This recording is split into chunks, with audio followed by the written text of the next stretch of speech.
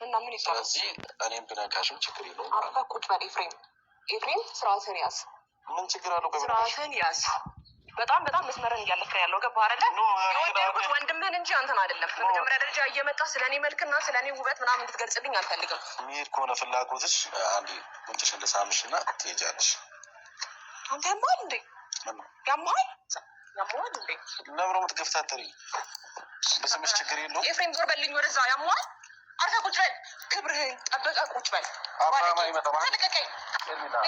ወላሂ የብልግና ባለጌ ሲያንሰው ነው። አዑዙ ቢላ ሲያስጠላ። ምን አይነት ክብር! የዘቀጠ ክብር ነው። ባላ የዘቀጠ የወረደ የወንድምህን ፍቅረኛ የወንድምህን ሚስት አንተን ለመሳብ ትታገላለህ። ምን አይነት ይሄ ብራንክ ነው? የፈለገው የውስጥ ስሜት ራሱ ቢሆን ሚዲያ ላይ የሚወጣ ሚስጥር አይደለም።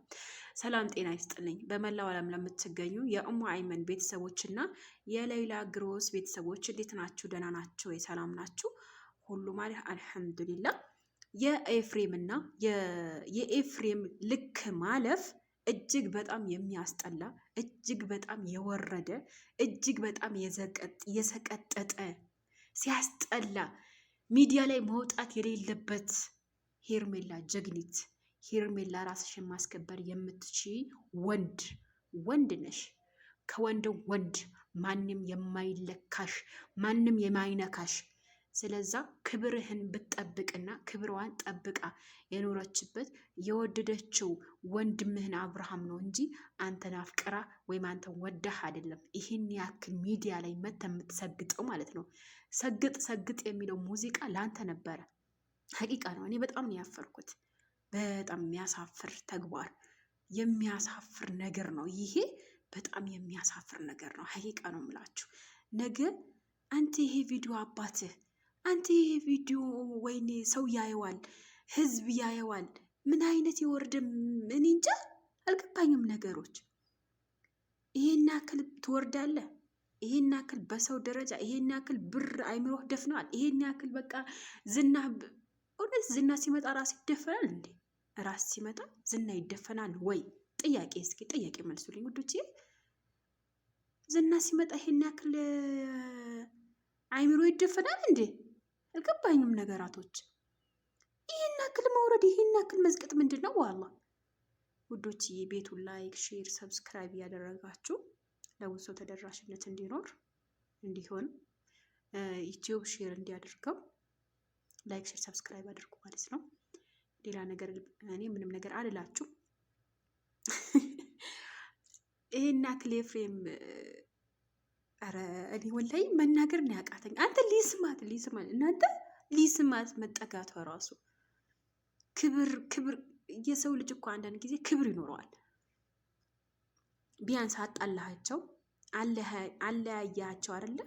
ስለዚህ ካለያያቸው አይበቃም? እንደ ይሄን ያክል የወረደና የዘቀጠ ራስን ዝቅ የምታደርግ የሚዲያ ይሄ ሁሉ ሰው ይሄ ሁሉ ህዝብ ይሄ ሁሉ በሚሊዮን የሚታይ ቪዲዮ ሰርተህ ሚዲያ ስትለቅ አታፍርም?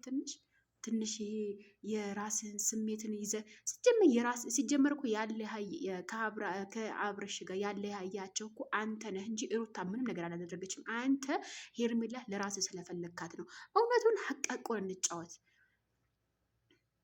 ትንሽ አይደብርህም? ትንሽ አይደብርም? ትንሽ አይሰቀጥጥ? ሲጀመር ሚዲያ ላይ ምን ተብሎ እንደዚህ አይነት ቪዲዮ ይለቀቃል? ሄርሜላ ጀግኒት፣ እንደ ባለፈው እጅ አልሰጠሽም። ጎበዝ እንዴ አንቺ እንደው በጥፊ ማለት ነበረብሽ። ወይኔ ክብሩን የማይጠብቅ ወንድ፣ ይሄን ያክል የወንድሙን ሚስት የሚመኝ የወንድሙን ፍቅረኛ የሚመኝ ወንድ እንዳንተ አይነት ወንድ አይቻላቅም በህይወቴ ውስጥ ማለት ነው። ግን በነገራችን ላይ ብርና ዝና ሲመጣ አይምሮ ይደፈናል የሚባለው እውነት ነው መሰለኝ። እውነት ሳይሆን አይቀርም። ይሄ ደግሞ እውነት ነው በእርግጠኝነት 100% እውነት ነው። ግን ይሄን ያክል መውረድ፣ ይሄን ያክል መዝቀጥ አይጠበቅብህም ማለት ነው። አይምሮ የተደፈነ አይምሮ እንደዚህ የሆነ ምን ቆይ ሄርሜላ ይሄን ያክል የምትወዳት ከሆነ መጀመሪያ ከሄርሜል ከአብርሽ ጋር ሳትጨመር በፊት አታፈቅራትም ነበር? አትወዳትም ነበር? እንደዚህ አይነት የወረደና የዘቀጠ ቪዲዮ የምትለቅበት አይምሮስ ምን አይነት ቢያስ እኔ ምን መናገራችን ውዶችዬ። ቤቱ ላይክ፣ ሼር፣ ሰብስክራይብ ያደረጋችሁ ለሄርሜላ ጸሎት አድርጉላት። ጀግና ናት። እንደውም በጀግና ጀግና ጎበዝ። እንደ በፊት ዝም አላለችውም። ክብሯን ጠብቃለች።